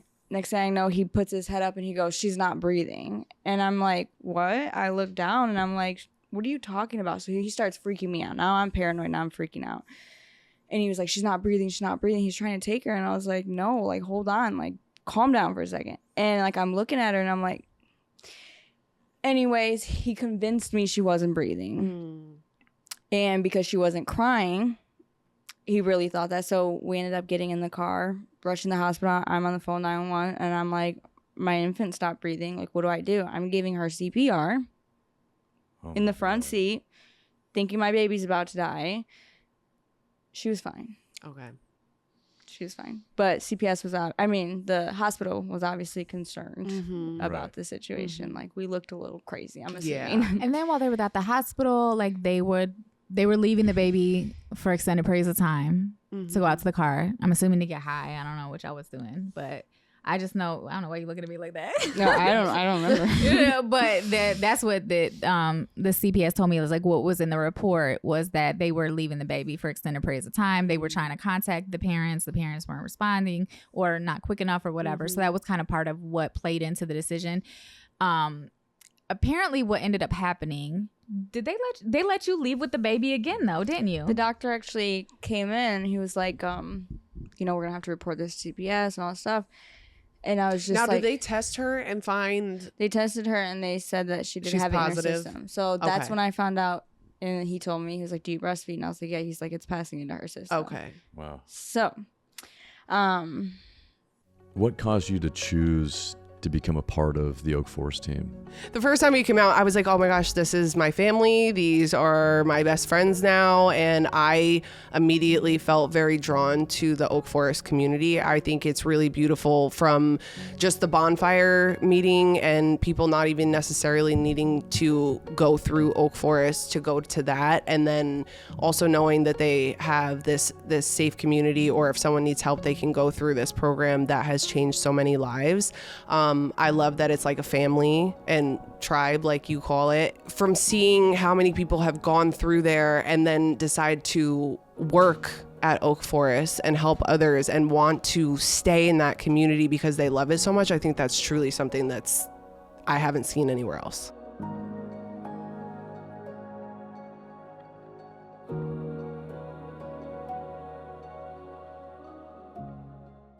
yeah. But he was like, "Wait here a minute." Some time passes by. He comes back in and he was like, "Just go before they get here." Wow. Like, I feel like I was just really, really trying with me, but I just feel like there was just still stuff that I had to go through in a certain way. Yeah. So regardless, like, I'm grateful for the way it went, just because of, but when I think about how it could have turned out, how bad those situations could have gotten, what if she really would have died, or what if, who knows how much was passing into her system, like, just all the things. So Wow. So then what happens from there? CPS gets involved, but they let you go. Yep. So But are they coming to the house to do visits and drug tests and all that? Yep. No? So eventually, Okay. I don't know if we get a call or they come to the house. At this point, we're staying with His mom, right? his mom, right? And her place is not suitable for children or even really for anybody, but Yeah. it's just one of those situations. And so yeah, they came and did a house visit and they were just like, "Oh no." And I don't remember how long after that, but they ended up with 2 cops at the door, and I don't know if it was a caseworker and a social worker or what, but it was 4 people, and they're knocking on the door, and he's like, "Go get the door." And I'm like, "No, I think it's CPS." I was like, "I'm not opening it." And he was like yelling at me so his mom didn't get mad. And I was just like, I really don't feel right about this. Like, my stomach was turning and Yeah, you knew it was so I bad. said, "Okay, I'm gonna breastfeed her, put her on my whatever," and they can't, or feed her, whatever I was doing, and they won't take her from me, like, And I walked out, and they opened up the doors and just came after me, like, literally pulled her out of my arms. That was probably one of the worst things that's ever happened to me. Yeah. It's a traumatizing event. So they took her, and now she goes into foster care. She goes into foster care for about a year. Okay. Yeah, a little less than a year. And I think that because obviously the first person they should have went to is, next of kin or family, whatever. I think, well, because you said I don't really remember, but I guess I was telling them, like, because me and her weren't good, that no, she's not available. Okay. Like, she's not You going were with in her. that. You were like, no, she's I not was like, taking her. Yeah. Also because I thought I was going to get it together, or I thought I was going to get enough leeway. Like, I just, Yeah. I just didn't see it happening, like, in the way that it was going. Yeah. And so where does your addiction probably, I would imagine, after just Heightened having your after baby that. taken. Yeah. It was is- over after Yeah. that. Off And and running. at this point, I don't know how long after that is when he went to prison, but it was that he went to prison, kids got taken away, I'm by myself. And life as I ever knew it, everything I did start building from high school, and like just my life, every part of me that I knew was just done, gone. And I didn't care about anything. I didn't want to feel anything. I didn't want to accept my reality. So like, you know, they had visits and stuff. I showed up to the visits. But as soon as I would leave, I was getting high. Like I didn't even want to. It just, you know, the walking out and them like, you know, it's time's up, and they're so punctual with it, and they're like holding my daughter away from me while she's screaming mommy, and like I have no choice but to leave her. Right. But that wasn't enough for me to stop. It made me do more. Yeah. So that's when it got really bad after that. So what was your when did you come in to? Yeah, so they took the baby. So I ended up getting a call from the oldest daughter, my oldest granddaughter's father, who told me like there was a court date. And this was during COVID. You had to wear masks 6 feet apart. Nobody could do nothing they weren't supposed to. I showed up the court date uninvited. Everybody's like, who the hell are you? Why are you here? And I'm like, oh, I'm the grandma. I'm here to get my baby. So yeah, everybody's just looking at me like I had 10 heads. Like, why was I there? And I was just like, y'all placed her with a stranger when I've been telling you, people I've been in contact. Like, I'm cussing the CPS worker. I'm like, I told you, we talked. You were supposed to call me. What the hell is going on? She did tell them that she didn't want her to go with me, but she's also high. Like, why are you taking her high ass word? Now, I'm like, So, I think it's crazy that they went with that instead and of there's a doing lot of what's best for the There's a lot of shit child. with CPS. Don't even get me started. I know. On what that looks like. Yeah, so I'm like, but yeah, so I stand up in court, plead my case, tell everybody I want the baby. I'm like, okay, we'll see what we can do.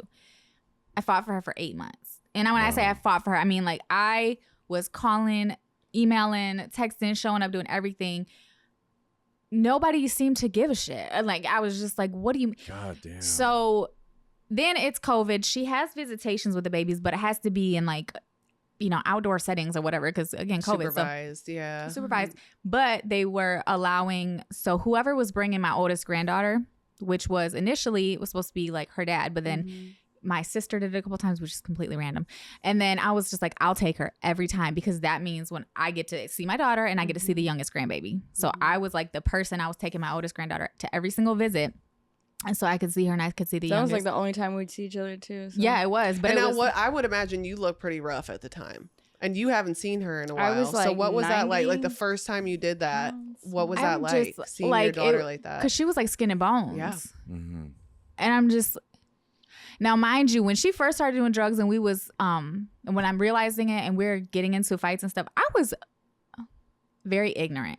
So I would be like, what you look like a crackhead. Like, what do you like? I used to literally like say mean things to her. Yeah. But I'm just like, because in my mind, I'm like, what are you doing? Yeah. Like, do you know how you look? Like, you look like the people you used to make fun of, you know what I mean? That look like crackheads. Like, what are you doing? So, I'm looking at her and I'm like, oh my gosh, like she looks like the people, like when they say, oh, she a junkie, and like people just dismiss people who look like that. Yeah.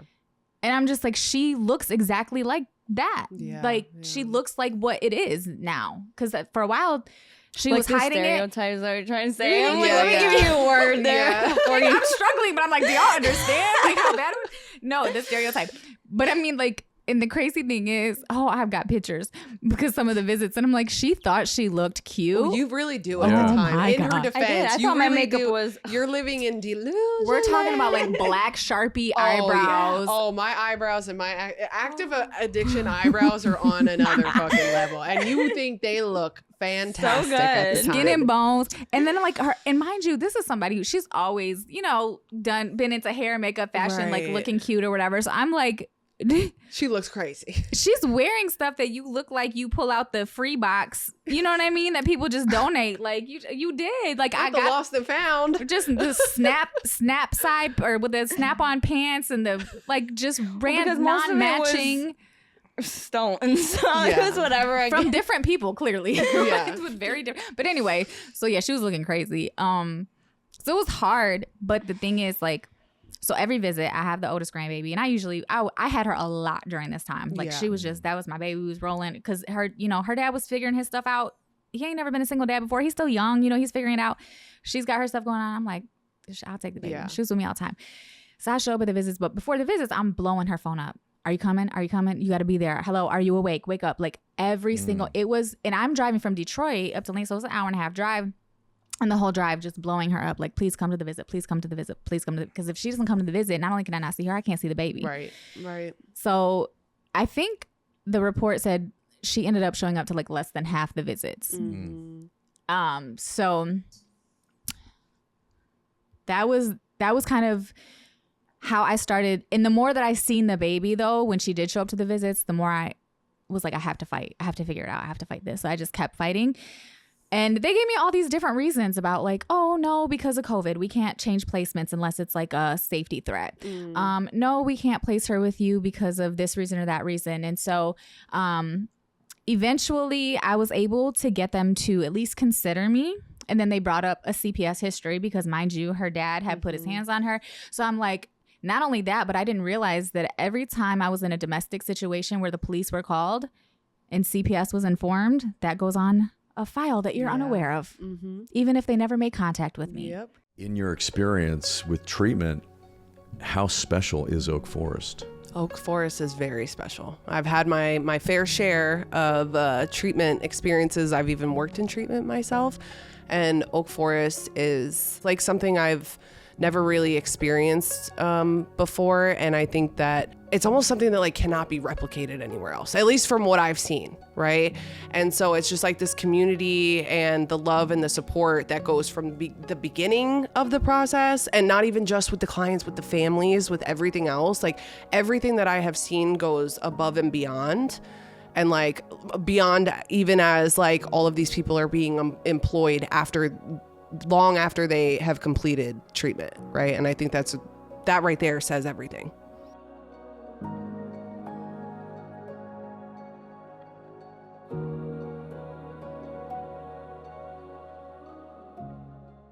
So it was all this stuff that I then had to, and they're like, do you recall this date at this gas station where your children's father punched you in the face? And I'm like, no, it was just a random Tuesday. What does that have to do with this now? Right. You know what I'm saying? Like, so it's like all these things.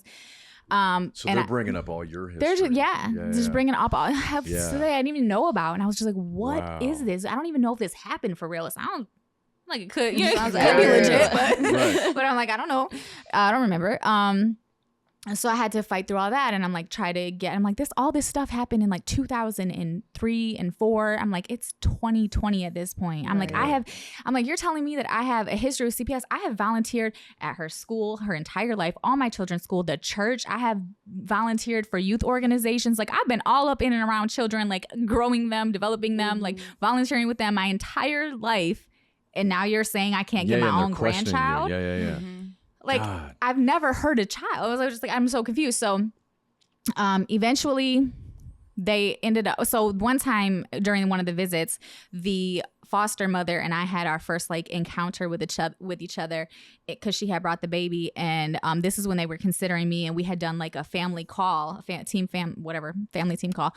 And she was like, I can't believe they're considering placing her with you. They told me that I would be able to adopt her. Which legally they're not supposed to do. When you foster, you are supposed to foster. You're not even supposed to think about adoption because the whole thing is reunification. So she wanted to keep the baby. But they supposedly. Yeah, so that just means that like from jump, they were just like, she's not going to get better. She didn't have any family and she'll likely end up going up for adoption. That's what they told her. So, and then she told me that, and I was just like, I mean, I didn't say anything. I think I just stared at her. I was in shock. Like, I didn't even know what to say. So continue to fight. I ended up getting to where they started doing like a gradual placement after I had denied 8 months of this. It felt like years at the time. Right. But they did a gradual placement, or when they first accepted me, and then she disputed it. And we had to go in front of like the foster care review board or whatever to get it like affirmed. Like, yes, she can be placed with the grandmother.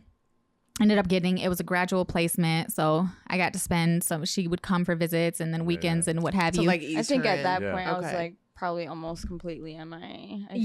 She was that's when I had completely you're like, fuck yeah. She was checked out, and at this point completely convinced that I just wanted her baby in her life. And I mean, like, was like out to get Full her. delusional, Well, just that's where loud we in your go, mind. right? Yeah. It's like we go into victim mode. We're like, everyone is wrong in this world. Everyone's out to get me. And you really believe that. Like, you really genuinely, like, you embody that. Yeah. That fucking... I feel like how everything happened too, like a domino effect. It really did feel that way. Yeah. Like, looking back now, obviously I see Yeah. the real issue, but it's just like those feelings are still real. And, Yeah.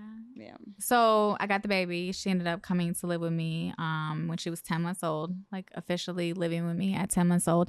And I had to go through the foster care process. So I got licensed to be a licensed foster care provider. And then a few months after, I want to say in April of the following year, so right after she turned 1, they had the termination hearing where they terminated her rights.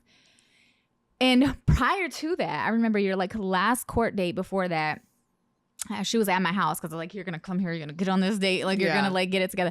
And she was like, this is before the termination. This is before the termination. So she's like on the hearing, the Zoom hearing, and she's like, I'm clean, I'll drop right now. Da da da da. Okay, I didn't say it like that. I was almost in tears. Like, don't do this. Let me prove to you I'm sober.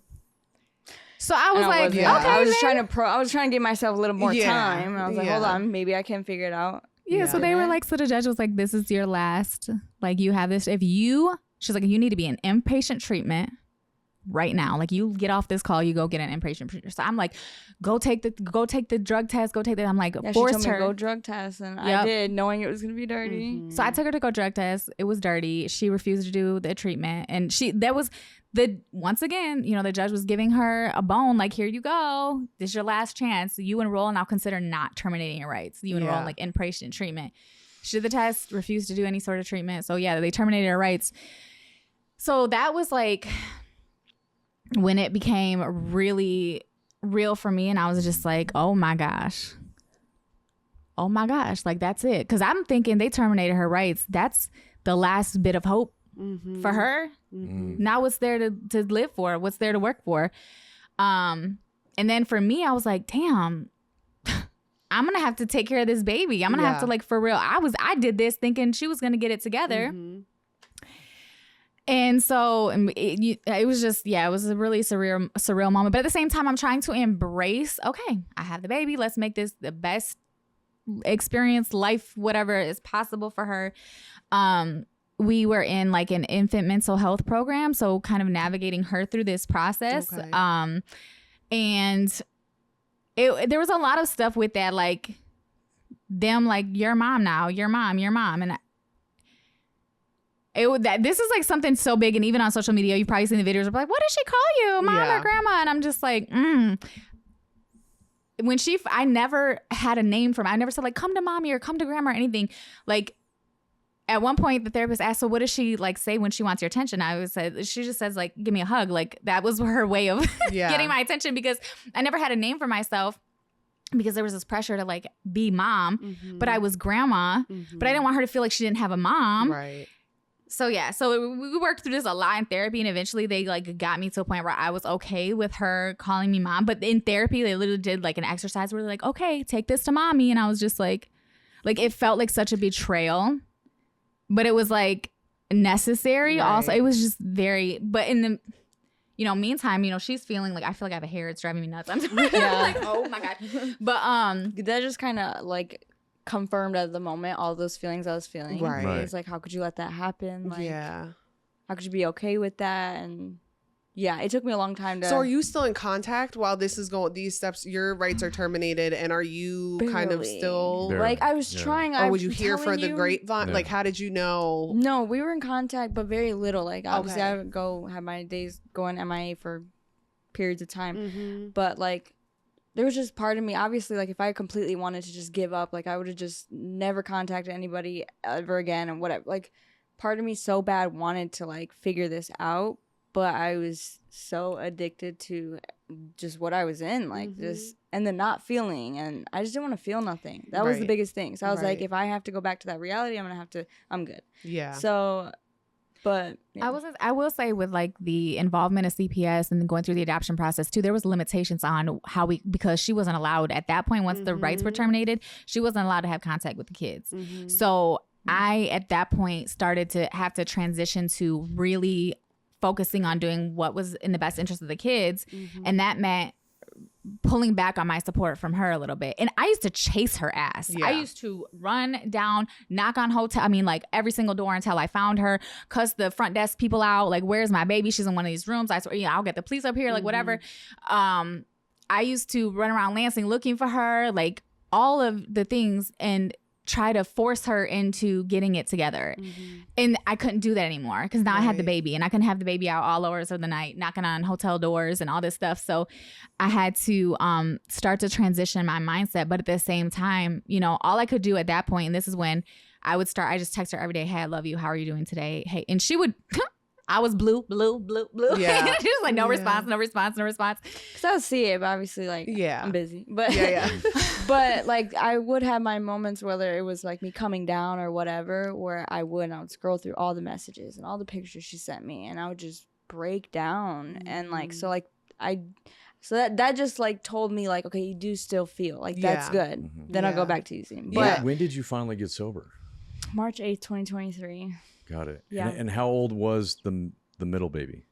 Listen, nobody wakes up one day and thinks, it'll be fun going to rehab. But sometimes life gets messy, and the bravest thing that you can do is admit that you need a reset. At Oak Forest Recovery, we're not here to judge. We've been there. We know what it's like. We've been scared. We've been alone, using comedy and jokes to cover it all up. The good news is you don't have to do it alone. We have the tools, we've got the community, and we even have good coffee. If you or someone you love is struggling, come see us. Healing doesn't have to be boring. It can even be fun, and we're here to help.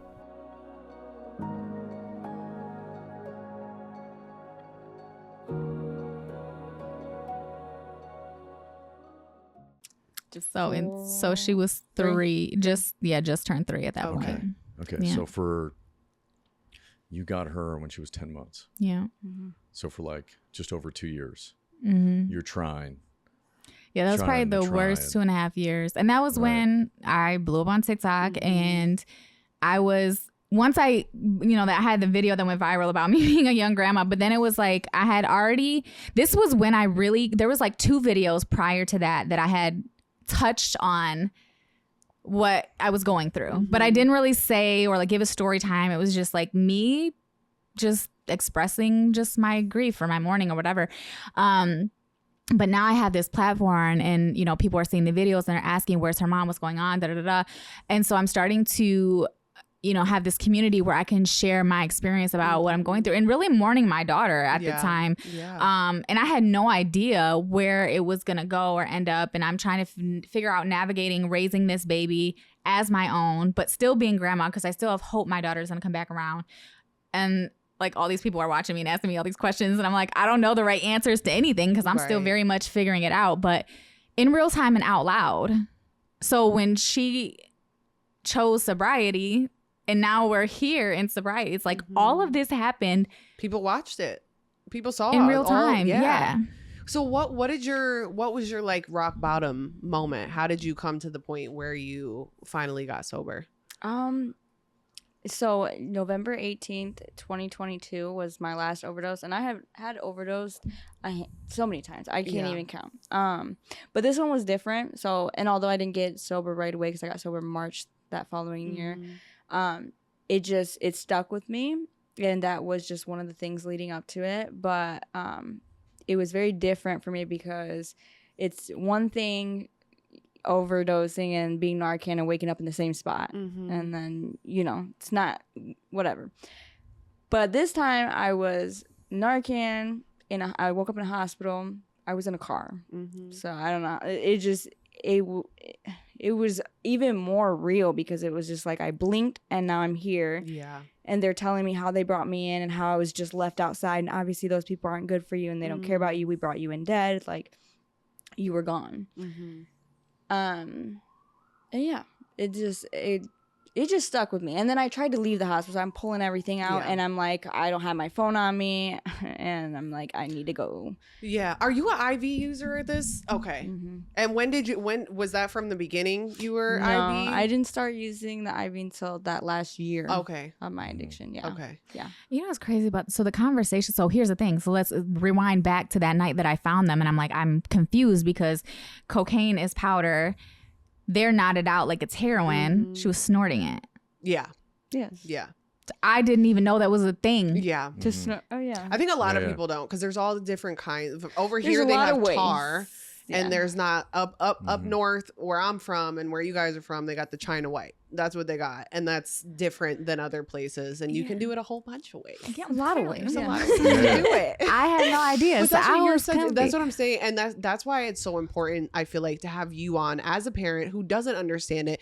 And I used to be like, I don't know how people just don't get it. But like, dude, normal people who haven't gone through it cannot get it because it's like, it's not a rational thing. There's no like concrete, like this is what it is. It doesn't make any kind of fucking sense. We don't know why people end up the way they do, why some people can do this and not end up fully addicted to, like there's no actual concrete evidence or rational or things that make perfect sense. So like when it's someone who hasn't experienced it themselves, it's like, what the fuck are you? This doesn't make sense because it doesn't make sense. So that brings back to the point earlier. I said, I used to be in all these crazy situations when I was like 13 years old. And then she ended up, and a lot of times she was using with people I used to hang out with. Like people who were like, trying to treat her like a daughter figure. And I'm over here like, you was with who? Yeah. Do they know who I am? I can't believe they out here smoking with you. Like I won't beat their ass. Like I was ready to pull up on people like. Wow. But yeah, I thought it was so crazy because I'm like, okay, if all these people I'm bumping into, I'm like, you were obviously so close to it. So I didn't understand how she didn't know. Yeah. But yeah, that's the thing. Like she used to get so frustrated with me. She was like, what are you talking?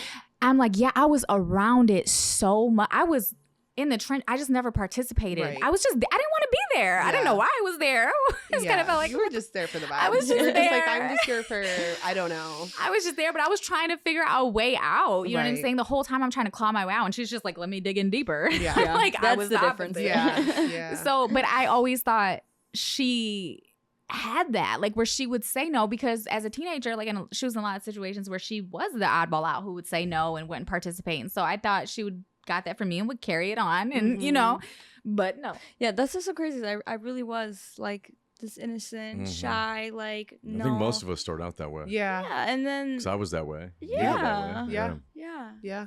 When I was a kid, I remember I was like, I will never do drugs. Never. Yeah. I will never. You smoke weed? Ew, disgusting. Me, like yeah, literally. Yeah. But then a switch flips. Then you try it. Yeah. And then you're like, oh.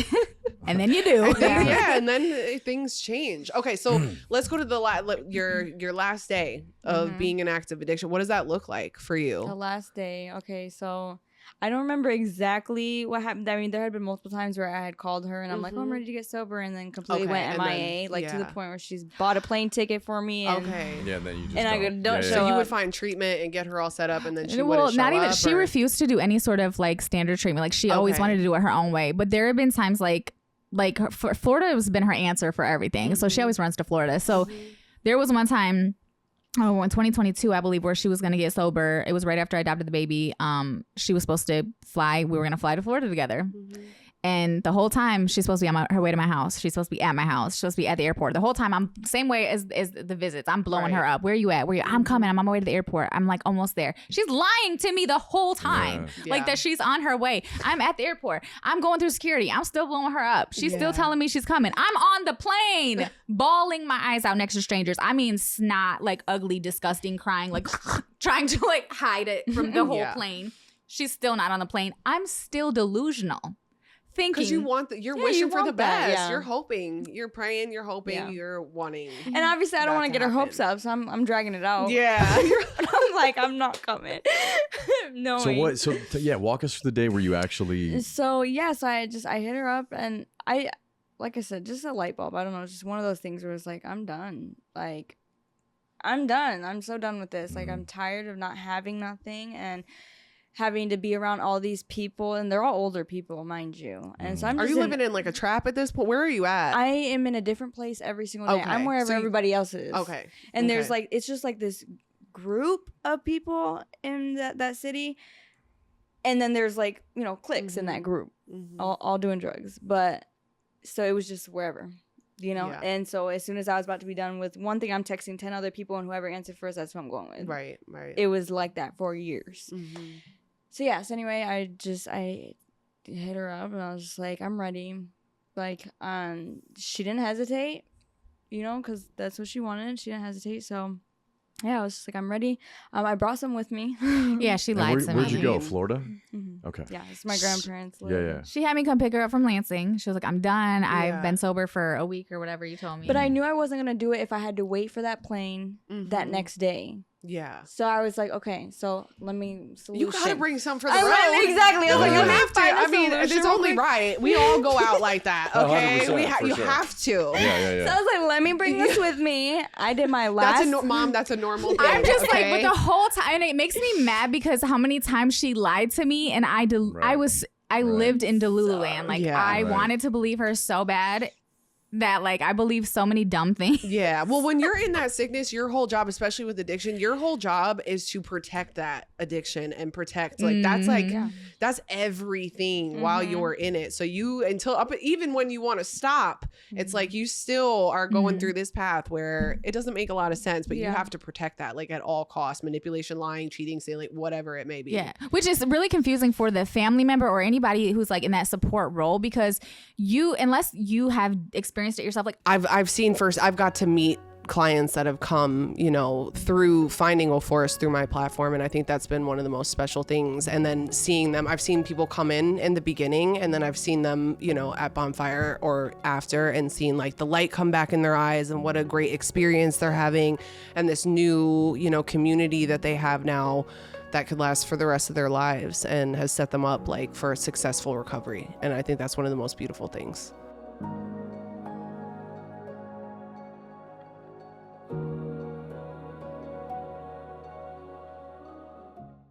I didn't know how to differentiate. Is this the addiction? Is she high? Is she Right. coming down? Like, I started to learn the levels, like she's coming, but then also it doesn't help when you're doing different drugs. So you Right. have different coming downs and goings, and you can't figure it out, Spontaneous. You never know. I'm like, it's so hard. Once I think I got it figured out, I'm like, wait a minute. No, she can't be coming down because she's acting like this. And then it was a different She drug. was really trying to figure it out. I was Yeah. like really had to study her and her behavior to try to understand where she was at in her whatever, you know what I mean? The Right. using, coming down. Are you high? Do you need to get high? Are you sick? Like, what's happening right now?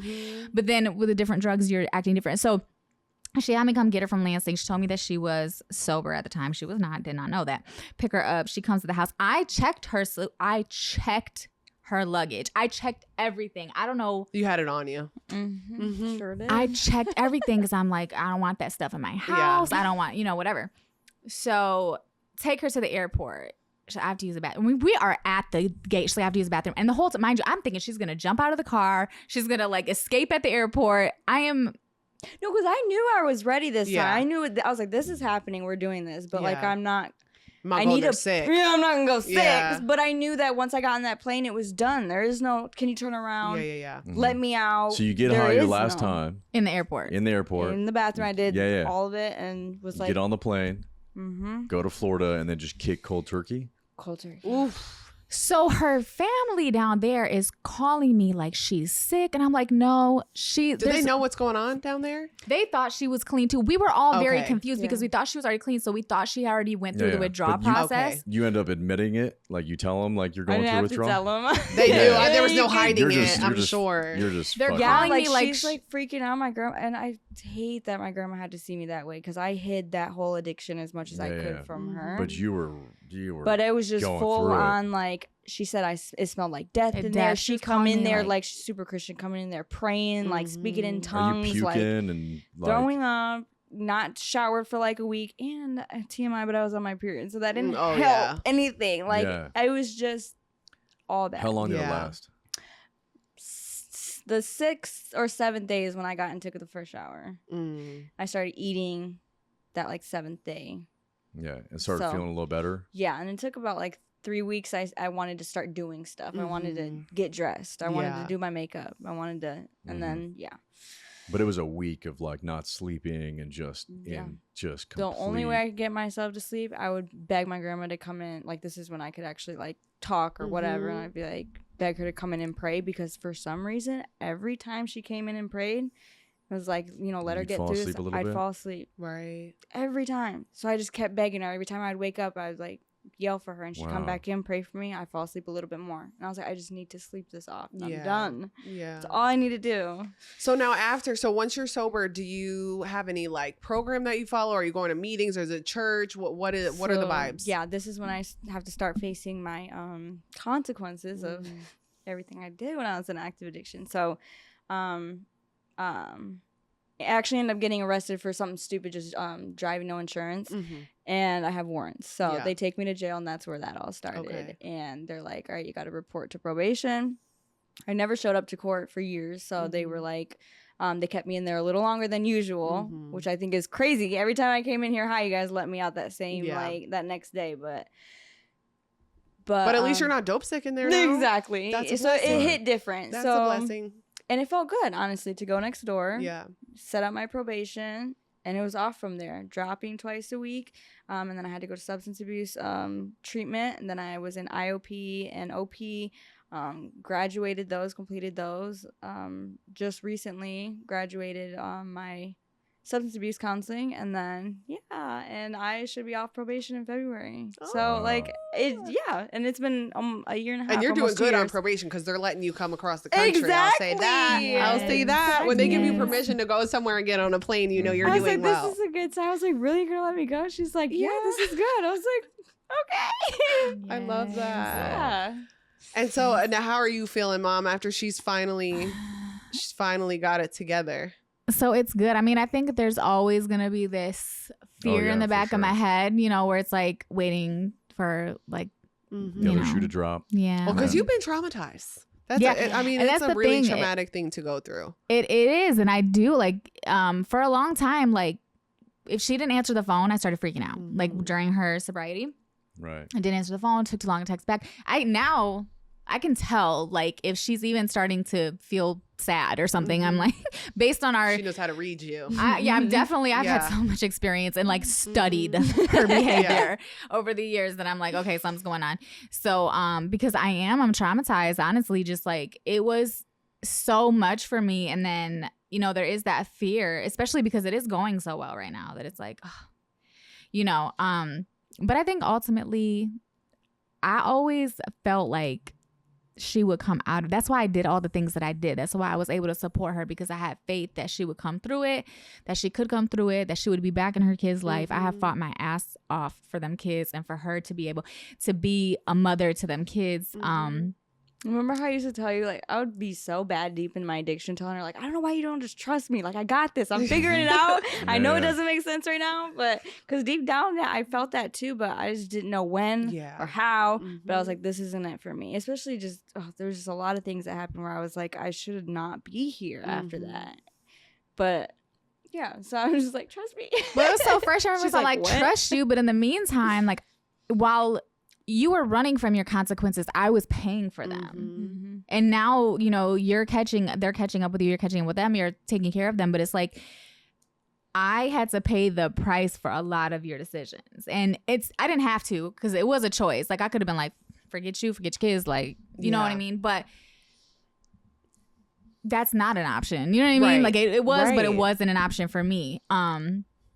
And so that's where the frustration will come with me, because I'm just like, yeah, like, I trust you. But in the meantime, hello, like, how much of my life I had to change, put on pause, or completely stop just to focus on.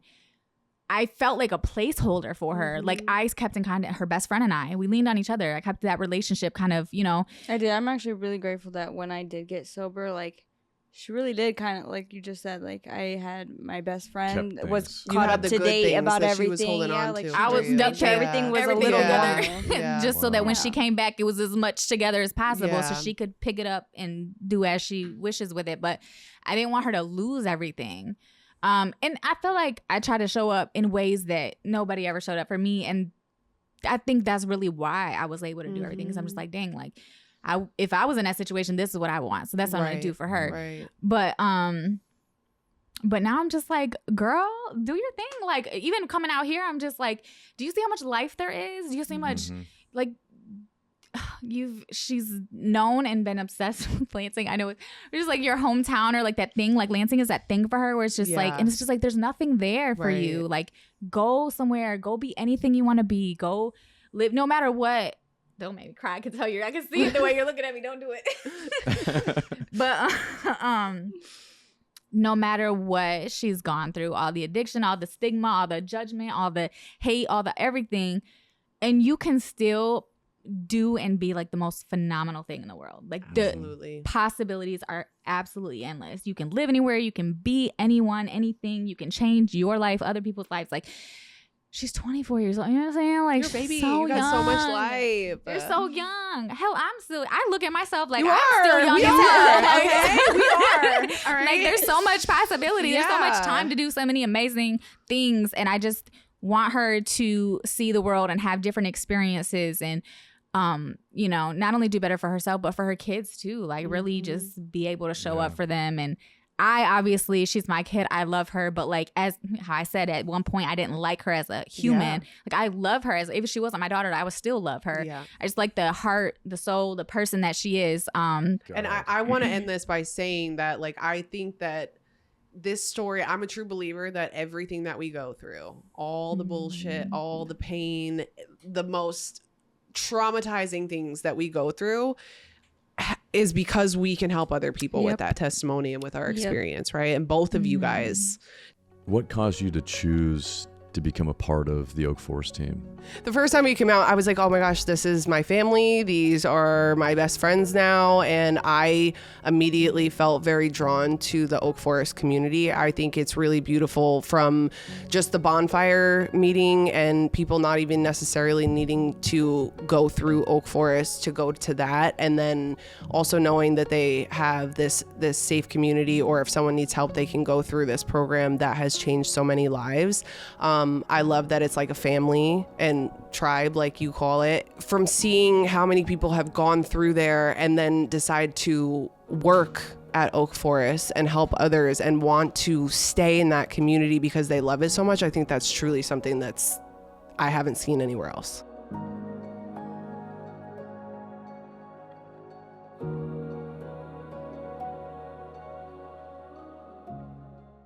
Not even just you, right? Like, both of you guys are doing that. So I want to ask you, if you could say anything or give advice to another parent who's going through the same thing right now, what would it be?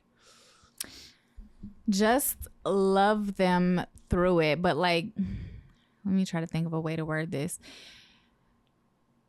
You got to be able to take yourself out of it a little bit, like compartmentalize, because you can't take it personal, and you can't. I know she hates when I say this, but this is what I used to try to go to, like, the NA meetings and stuff. And in one, they said, you know, it's not the person, it's like, it's the addict. Like, you have to look at them as an addict, or like it's the addiction. And she hates me saying that because she's like, I am a person. I'm like, I know, but the only way that I could separate the two that helped me move on was to be like, it's not my child, it is the addiction, it is the disease, making these decisions, doing all these things. And by me separating the two, I could almost deal with them differently. So when I'm dealing with my daughter, I'm loving on her constantly. I'm showing up even when she's not responding. I'm like doing all the things for my child. But when it comes to the addict, the disease, when they show up knocking and they're looking for enabling and all that, I can easily say no, because and set that boundary. Yeah, because that's the disease. That's not my baby. Yeah. And so if you can separate the two, and whether it's your child or your sibling or your parent or whoever, just love them for that person and that role that they are in your life, and treat the addiction as something different. It enables you to lay boundaries and, you know, put yourself first in those situations, or if you have other people you have to put first, without taking the love away. Because it's important that you love them through it and you'll support them when they're ready for it, but you can't enable them through it. So I would say the main thing is just love them through it and learn to separate the two so that you can operate accordingly. Yeah. And what about you? If you could say anything to someone who's going through what you were going through when you were out there, what would you say? Recovery is real. Sobriety is real. I would say to find something to hold on to. And I think that for me, it was just always my family, my kids. So even though for a long time it didn't look like it, like that is something I was holding on to. So just find something to hold on to, and don't give up on yourself. Come on. Yeah. Thank you guys so much for coming out. Dude, that was Thank like, you for This was having amazing. us. that was such an amazing episode. Yay. That was so amazing.